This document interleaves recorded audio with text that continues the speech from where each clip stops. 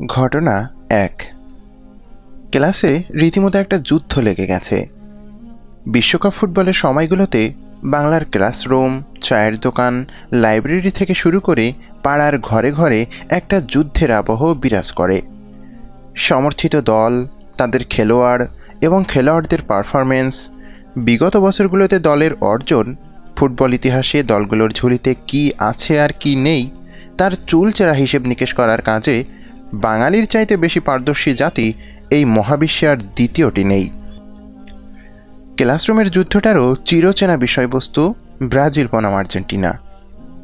তর্ক বিতর্ক হলে তো তাও ঠিক ছিল, এসব যুদ্ধ ঠাট্টা মশকারি থেকে শুরু করে একেবারে হাতাহাতি, এমনকি ধস্তাধস্তি পর্যন্ত গড়ায়। ক্লাসে এই মুহূর্তে হচ্ছেও তাই। দুপক্ষের সমর্থকদের একে অন্যকে নিয়ে ঠাট্টা মশকারিতে পরিবেশটা খুবই বিদঘুটে হয়ে দাঁড়িয়েছে। আর্জেন্টিনা সমর্থকরা তাদের দুবার বিশ্বকাপ জয় এবং নিকট অতীতে ফাইনালিস্ট হওয়ার গল্প ফাঁদতে ব্যস্ত। অন্যদিকে ব্রাজিল সমর্থকরা নিজেদের 5 বারের বিশ্বকাপ ট্রফি জয়ের গল্প বলে বিগত বছরগুলোর ব্যর্থতা লুকাতে মরিয়া। কিছু আছে জার্মানি সমর্থক, এরা আকারে ইঙ্গিতে আবার আর্জেন্টিনার দিকেও ঢলে পড়ে মাঝে মধ্যে।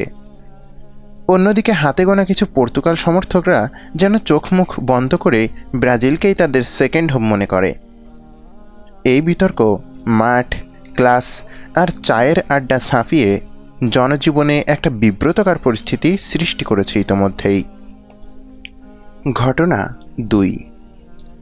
কড়া রোদের মধ্যে ফারুক সাহেব অফিস থেকে ফিরেছেন।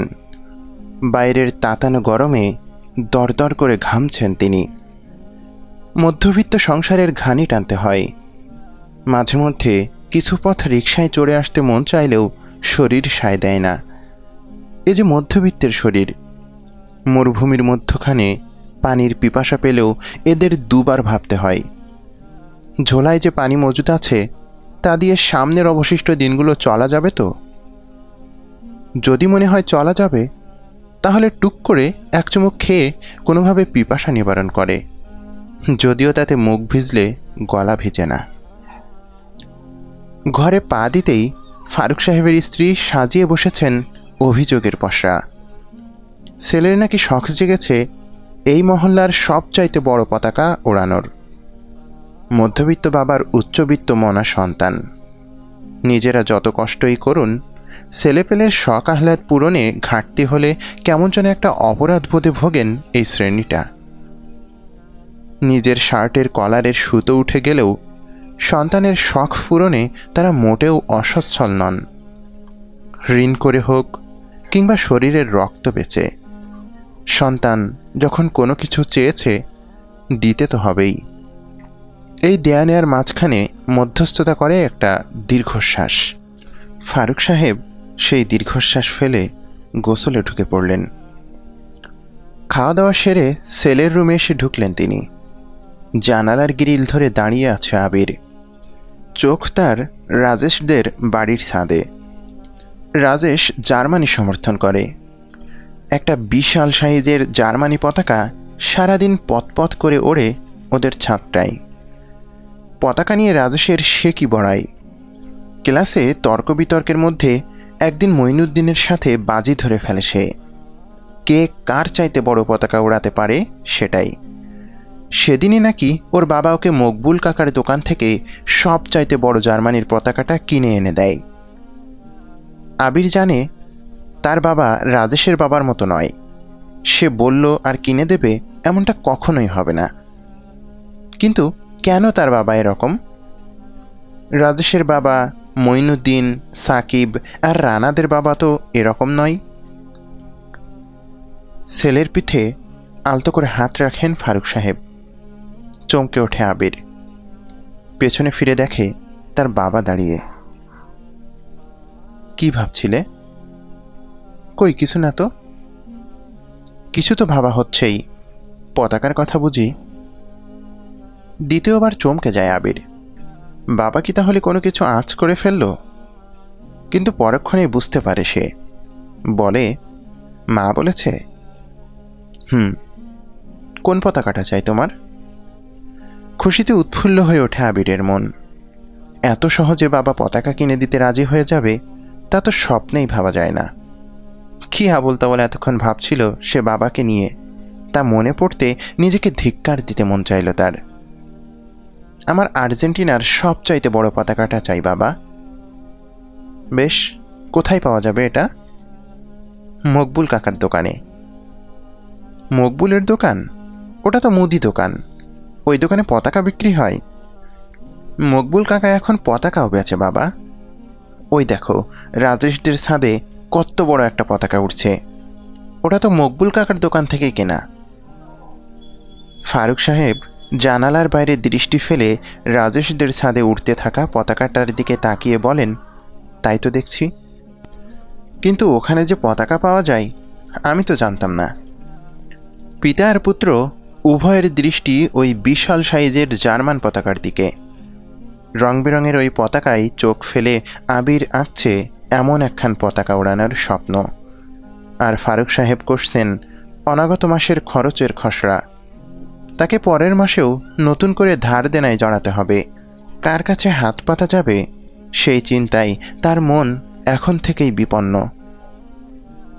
বাবা, মৃদুস্বরে ডাক দেয় আবির। বলো বাবা। আমি কি পতাকা উড়াবো না? হ্যাঁ, অবশ্যই ওড়াবে। তাই? থ্যাংক ইউ বাবা। ঘটনা 3। গুনে গুনে 2000 টাকা ফারুক সাহেব আবিরের হাতে দেয়। আবির খোঁজ নিয়ে এসেছে মকবুল কাকার দোকানের যে বিশাল সাইজে আর্জেন্টিনার পতাকাটা আছে ওটার দাম 2000 টাকা। পতাকাটা এখন পর্যন্ত কেউ কেনার সাহস করতে পারেনি। এই পতাকাটা আর্জেন্টিনার পতাকাগুলোর মধ্যেই যে সবচেয়ে বিশাল তা নয়, অন্য কোনো পতাকা এটার ধারে কাছেও নেই। তার মানে আবির যদি এই পতাকা কিনতে পারে তাহলে সে তো আর্জেন্টিনা সমর্থকদের মধ্যে সবচেয়ে বড় পতাকাটা ওড়াবেই, সাথে অন্য সকল দলের মধ্যেও আবির হয়ে উঠবে অপ্রতিদ্বন্দ্বী। এমন একটা অর্জন আবিরের হতে যাচ্ছে তা ভাবতেই আবিরের যেন চোখ দিয়ে পানি এসে যায়। কালকে ক্লাসে গিয়ে সবার সামনে বুক ফুলিয়ে সে যখন তার পতাকার গল্প করবে তখন সকলের চেহারার যা অবস্থা হবে তা ভেবে আবিরের এখন হেসে কুটি কুটি হতে মন চাচ্ছে। আবির মকবুল কাকার দোকানে এসে দাঁড়ালো। অনেকগুলো ছেলেফিলে এখানে পতাকা কিনছে, 150 টাকা দামের পতাকা। সেগুলো আর কতই বা বড় হবে, বড়জোর 2-3 হাত। কিন্তু আবির যেটা কিনতে এসেছে সেটাই হলো দেখার মতো পতাকা। 42.5 হাত লম্বা এই পতাকা যখন বুকের সাথে জড়িয়ে ধরে ঘরে ফিরবে আবির, রাস্তার সবাই নিশ্চয়ই বড় বড় চোখ করে ওর দিকে তাকিয়ে থাকবে। আবির সন্তর্পণে আরও ঘনিষ্ঠ জায়গায় এসে দাঁড়ায়, যেখান থেকে মকবুল কাকার সাথে সরাসরি কথা বলা যাবে। মকবুল কাকা? ব্যস্ত দোকানি তাকানোর ফুরসত পায় না। আবির আবার ডাক দেয়, কাকা। মকবুল মিয়া ঘাড় ঘুরিয়ে তাকায় আবিরের দিকে। কি হয়েছে? আমার পতাকা লাগবে। কোন দেশ? আর্জেন্টিনা। দাও 100 টাকা। 100 টাকার পতাকা না তো, 2000 টাকা দাম যেটার ওইটা। এবার অবাক হয় মকবুল মিয়া। কপালের ভাঁজ আরও দীর্ঘ করে বলে, 2000 টাকা আছে তোমার কাছে? হ্যাঁ, এই যে দেখো। বলতে বলতে আবির পকেট থেকে 4টে চকচকে 500 টাকার নোট বের করে দেখায়। মকবুল মিয়া কোনো কিছু না বলে একবার আবিরকে আগাগোড়া দেখে নেয়, তারপর বলে, তুমি ফারুকের পোলা না? হ্যাঁ। তোমার বাপে কই? বাবা ঘরে। তোমার বাপে জানে তুমি 2000 টাকা দামের পতাকা কিনতে আইছো? বাবাই তো দিল টাকা। বাপে দিছে? তোমার বাপে যে আমার দোকান থেকে বাকিতে জিনিসপাতি নিয়ে যায় সেই টাকা দেওয়ানোর খবর নাই, পোলারে 2000 টাকা দিয়ে পতাকা কিনতে পাঠায়? কথাগুলো শুনে আবির মাথা নিচু করে ফেলে। ওর আশেপাশে সবাই ওর দিকে করুণার দৃষ্টিতে তাকাচ্ছে, যা ওকে খুব আহত করছে। ওর কান্না করে দিতে ইচ্ছে করছে এখন, কিন্তু এতগুলো মানুষের সামনে ও কিভাবে কান্না করবে? কোনো মতে চোখের জল আটকে রাখে আবির।